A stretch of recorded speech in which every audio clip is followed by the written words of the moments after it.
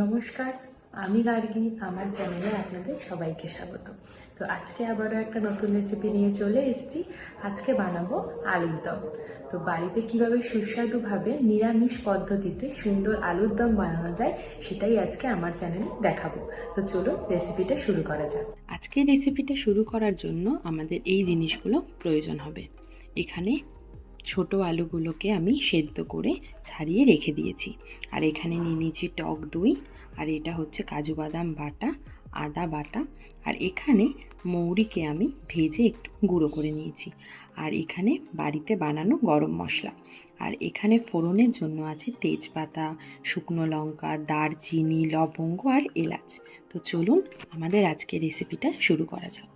এই দইটাকে ভালো করে ফাটিয়ে নিয়ে একটা পাত্রে দিয়ে দিলাম।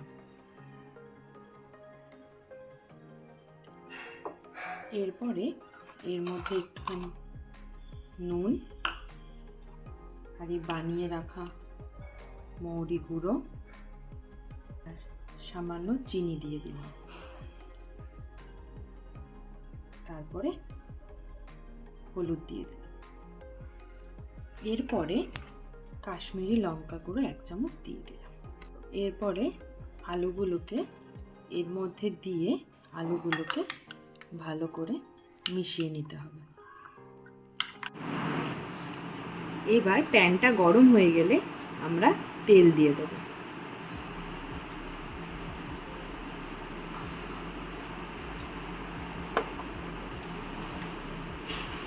তারপরে গোটা গরম মশলাগুলো দিয়ে দেব।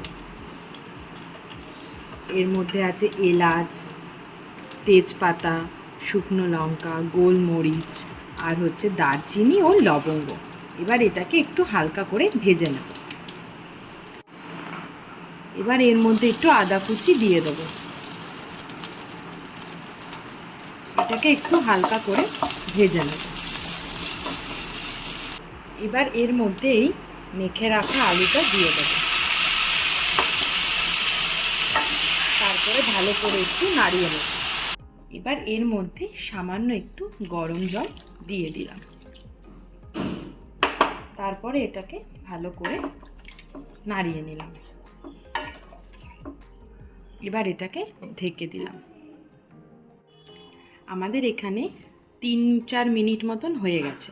এবার এটাকে তুলে নেব। দেখুন খুব সুন্দর কালার হয়েছে আর আলুগুলো ভালো করে সেদ্ধ হয়ে গেছে। এবার এইখানে আমরা একটুখানি কাজু বাদামের পেস্ট দিয়ে দেবো আর দিয়ে দেব বাড়িতে বানানো গরম মশলাটা। ভালো করে এটাকে নাড়িয়ে নেব।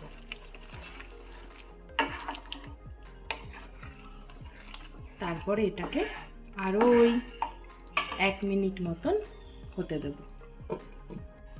এবার আমরা এটাকে তুলে নেব।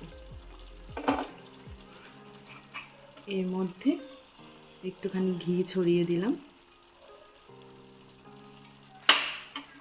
আর দিয়ে দিলাম জিরে আর লঙ্কার ভাজা মশলাটা। তার ওপর দিয়ে একটু কাসুরি মেথি ছড়িয়ে দিলাম। এটাকে ভালো করে নাড়িয়ে দিলাম।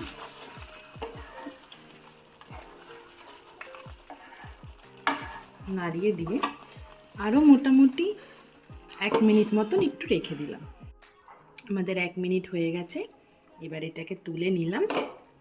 আমাদের টেস্টি আলুর দম পুরো রেডি। চলুন এবার এটাকে নামিয়ে নেওয়া যাক।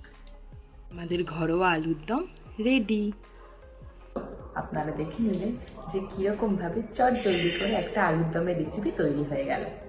তো আপনারাও বাড়িতে ট্রাই করবেন, আশা করি আপনাদেরও ভালো লাগবে। চলুন আজকে এটুকুই, আবার আপনাদের সাথে নেক্সট ভিডিওতে দেখা হচ্ছে। ভিডিওটা ভালো লেগে থাকলে লাইক করে দেবেন, কমেন্ট করে দেবেন এবং শেয়ার করে দেবেন।